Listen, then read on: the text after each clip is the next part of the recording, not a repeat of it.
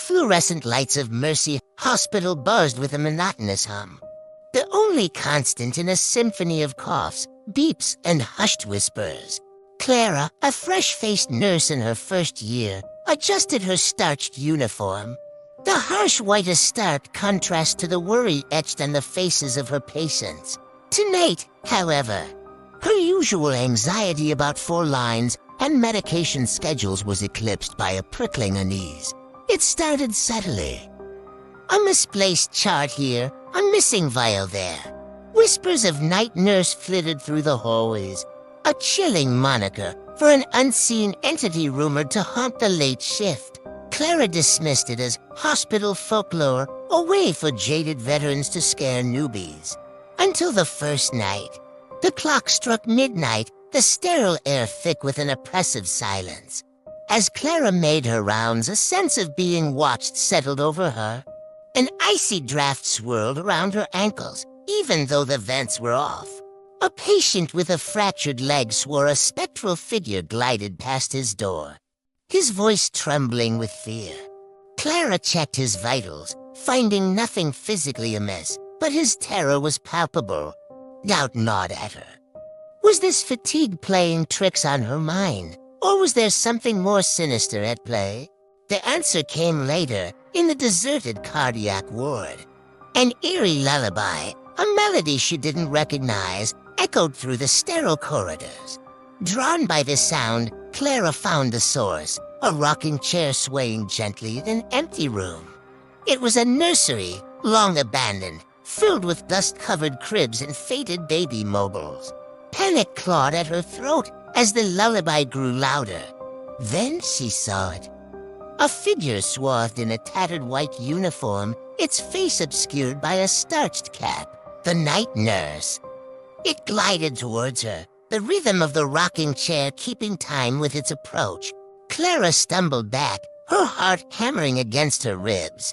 Just then, a call from the nurse's station jolted her back to reality.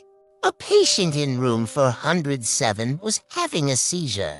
Fear momentarily forgotten, Clara rushed to the room. The patient, a frail old woman with Alzheimer's, was thrashing uncontrollably. Her screams filled the room, a stark contrast to the chilling silence of the nursery. Clara, fueled by adrenaline, calmed the patient and administered medication. As the woman slumped back into a fitful sleep, Clara glanced at the clock. It was 3 a.m., supposedly the witching hour in this hospital. The lullaby had stopped. Had it been a hallucination brought on by stress? The night wore on, each passing hour filled with a tense anticipation. Just as dawn painted the sky with pale hues of pink and orange, a wave of relief washed over Clara. The lullaby hadn't returned, nor had the night nurse. Perhaps it was just a hospital ghost story after all. But then, as she entered the office to document her shift, a chill swept over her. On the calendar, on the date for the previous night, was written in a neat, spidery script, "Thank you for attending to my patient." Below it, a crude sketch of a rocking chair. Clara's blood ran cold. The night nurse, it seemed, wasn't a malevolent spirit, but a guardian, a spectral protector of those forgotten. Or perhaps that's what she desperately wanted to believe. The truth, like the lullaby, echoed in the sterile halls of Mercy Hospital. A chilling reminder that even in places of healing, darkness can linger. News of Clara's encounter spread through the hospital like wildfire. The whispers about the night nurse took on a new tone, one of respect, even gratitude. Clara, though shaken, couldn't deny a newfound sense of purpose. The hospital wasn't just sterile walls and beeping machines. It was a battlefield where life and death waged a constant war. And she, along with the spectral protector, was a soldier in that fight. The following weeks were unlike any she had experienced before. The night nurse's presence, though never seen again, continued to be felt. Missing vials mysteriously reappeared, equipment malfunctioned less frequently, and a strange sense of serenity seemed to settle over the patients. Clara, emboldened by this shift, began delving deeper into the hospital's history. Her research led her to a dusty archive room filled with yellowed records and faded photographs. Hours turned into days as she sifted through patient files, searching for a connection to the night nurse. Finally, she found it tucked away in a neglected corner, a file with the name Eleanor Vance embossed on it. The file detailed the tragic story of a young nurse, Eleanor, who perished in a fire that ravaged the nursery wing decades ago. The fire, caused by an electrical fault, claimed the lives of several infants and left Eleanor with horrific.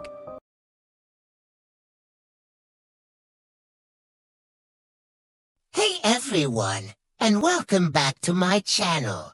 Tonight, we're settling in for a tale that will send shivers down your spine, the chilling story of a postman named Henry and his encounter with the undelivered. It's a suspenseful journey that blurs the lines between forgotten memories and horrifying reality. So grab a cozy blanket, dim the lights, and get ready for a hauntingly good time. The town of Willow Creek was a place draped in a melancholic fog that seemed to seep into its very bones. Time here moved at a glacial pace, leaving an air of stasis that clung to the weathered facades and overgrown yards. Henry, a postman for over 20 years, knew every brick, every cobwebbed corner, and most importantly, every resident. He'd seen children grow into parents, parents into grandparents, their lives woven into the fabric of Willow Creek's history. But lately, a strange unease had settled over his routine. The once familiar mail route felt charged with an unseen tension, a prickling sensation at the back of his neck that wouldn't go away. Stacks of undelivered mail started piling up, letters with faded ink, addressed to residents who'd supposedly moved away, or worse, passed on years ago. Each one triggered a memory, a face from the past. There was Mr. Davis, the gruff old man who always offered him a mug of steaming coffee on cold mornings.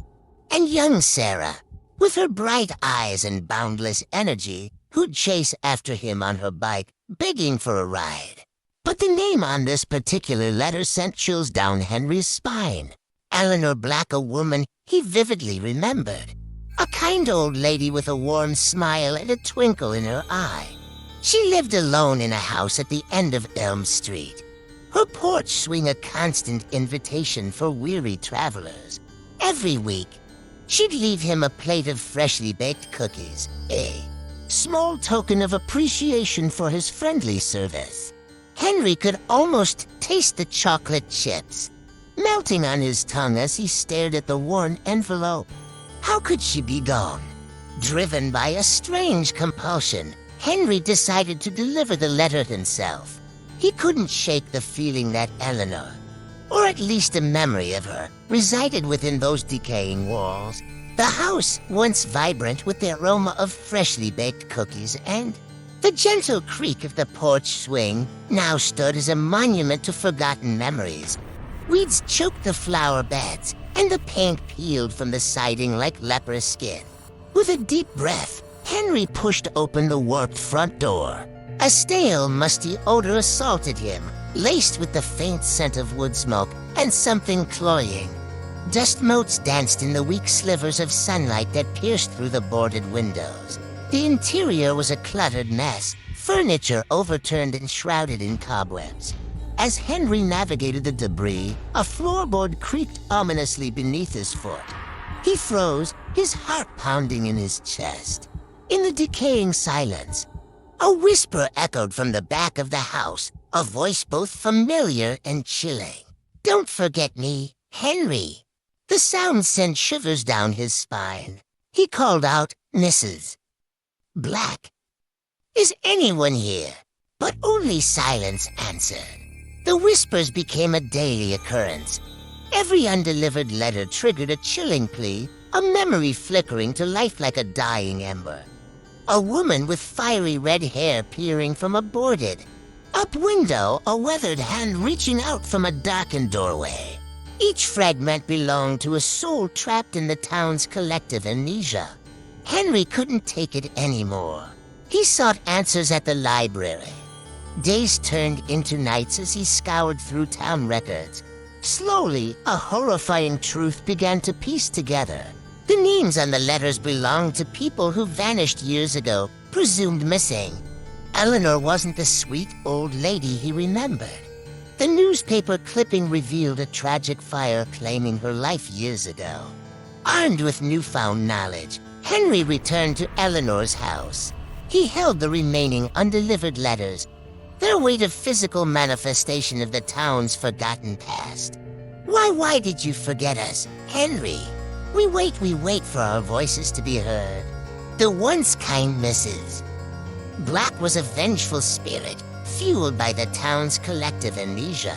Henry, the only one who remembered, was now forced to confront the restless souls. The storm subsided, taking the whispers with it. The remaining letters mysteriously vanished. Perhaps they reached their intended recipients in another realm. Henry stood before the mailbox, a solitary figure. He knew the town's forgotten residents wouldn't be forgotten by him. Anymore, don't forget to like and subscribe for more chilling postal tales. And if your mailbox ever starts feeling a little haunted, well, maybe you should just leave the mail for someone else.